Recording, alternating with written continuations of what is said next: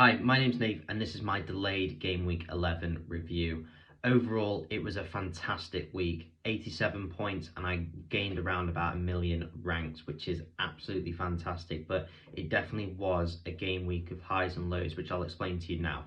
Starting off with my goalkeeper and defence, 2 returns, which is pretty good considering the season so far and there's been so few clean sheets. But when you see the bench, it will be a story of what could have been. Starting off with Sanchez, he continues to be a frustration. I brought him in my Game Week 8 wild card, and ever since then I've just been thinking I should have brought in Verbruggen. In terms of a goalkeeper, he has the potential to be a pretty decent ball-playing goalkeeper if he knew how to make saves. He just seems to continually make mistakes and let in silly goals. The goal against Arsenal is no strangers to that, with a near post goal for Gabriel Martinelli. He seems to be a highs and lows goalkeeper that can get hauls up to about 15 points when he seems to save a penalty out of nowhere or 2-pointers like he has this week. 8 Nuri, again another one that I brought in on my Game Week 8 wildcard, has been unreal. His goal threat is phenomenal for a fullback. Unlike what we've seen for a very long time, to be honest, playing in that left wing back role. And this week he managed to get a seemingly lucky clean sheet against Southampton. They can feel quite hard done by that they didn't get a goal in the end. Moving on to Gabriel, who he at the start of the season was phenomenal. His goal threat really carried him, but Arsenal at the minute just seem incapable of keeping clean sheets, even though their data is really, really good. So if you have him, I recommend keeping hold of him. I will be keeping hold of him as the fixtures do start to turn, but it's not by any stretch of imagination an ideal fixture run. But yeah, he's definitely a hold, and yeah, it's just one of those, isn't it? Then moving on to Robinson, who I've held since Game Week 1. I'm really, really happy with him. Although Fulham's fixtures do turn soon, and I may look to move him on, he's just been great. He has pretty decent goal threat, and Fulham this season are underrated, really have been. I know obviously their attackers seem to get a lot of the limelight, such as Raul Jimenez and Emil Smith-Rowe, but Robinson's been quietly ticking away, and I'm really, really happy with him. Moving on to my midfield section, which really did carry me, starting off with the beautiful captaincy of Mo Salah. I did reiterate that I did believe that he was the best captain this week. Although he didn't score the most points, there is a certain midfielder beside him who did. I was still really, really pleased with the captaincy. Villa, after their thumping by Spurs, I just had this feeling on it. Although Salah, realistically, his goal just sort of came out of nowhere, really. He didn't have plenty of chances, but he took it so well. And I mean, those 5 seconds after he scored, I was a pure Liverpool fan, pure Scouser, absolutely loved it. That is what FPL does to you. And then I was straight back down after that. But yeah, phenomenal performance from Salah, exactly what I needed. And then moving on to the somewhat surprise star of the show, Bruno Fernandes. I'll talk a bit more about him in my transfer section, as I did bring him in this week.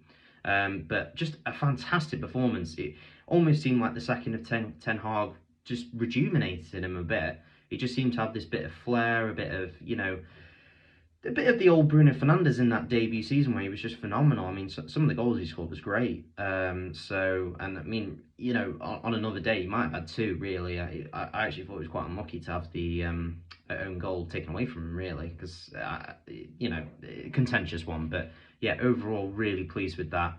And then Mbeumo just ticking along really nicely. He's turned out to be one of the most consistent assets this season with another 5-pointer. And then my 2 blankers. Johnson, obviously Spurs' performance against Ipswich was the real shock of the weekend. Very Spursy. And I think that's just what we're going to get from Spurs, to be honest.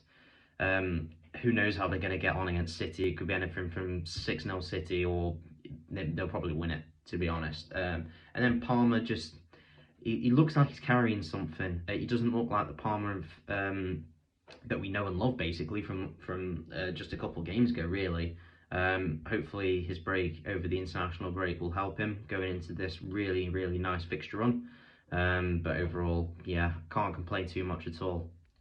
Then moving on to the forwards, I mean, I cannot speak highly enough of this man. He's my favourite asset at the minute, and that is Cunha. He is phenomenal. He just defies data. He is pure eye test.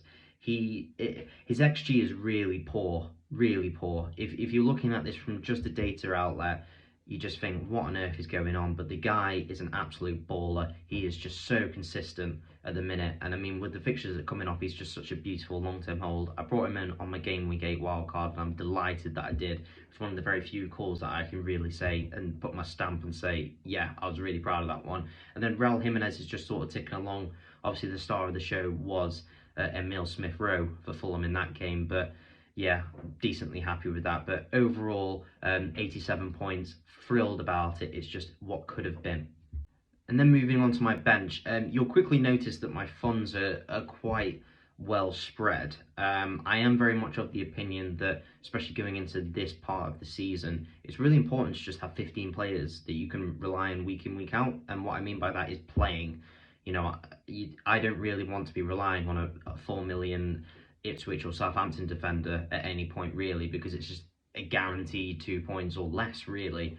The only downside of that is I consistently have points on the bench because I seem to make benching decisions very poorly, and that's something that's really let me down this season, as shown here. Pickford's 11-pointer really, really hurts me. As a West Ham fan myself, I just felt that this was the game that Lopetegui needed to turn up, and they didn't. West Ham were arguably worse than Everton, which says way too much.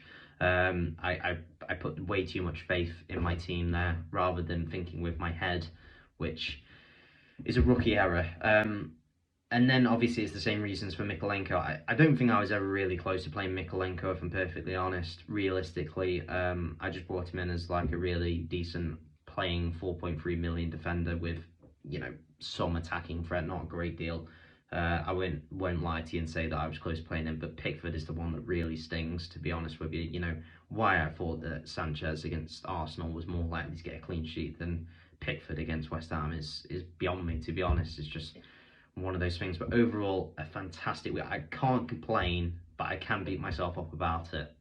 Moving on to my transfers, as you can see, I really should have done this video last week because, you know, it just would have looked a lot better rather than looking at it after it's happened. But yeah, these three transfers, I was just sick of Haaland, to be honest. I went a lot of last season without him, and I didn't bring him in until my Game Week 8 wildcard, and what a mistake that's turned out to be. I do reiterate that it would have been silly to go without him, I mean, with the fixtures that they had.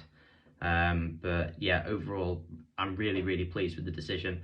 But then again, I brought in Foden on the Game Week 8 wildcard, and I looked at Fernandes and thought, is this going to be another Foden? Is this just a needless punt? But I'm really, really pleased with the output because obviously he's got just as much points in one game week as I really hoped over three. I would have been more than happy with a return a week, really. And obviously with the change in transfer format as well, there's not really such a thing as like a 1 week punt or even a 2 week punt, really, to be honest, because of how you can roll your transfers. So 3 week punt was sort of the minimum of what I wanted, and it fit into that.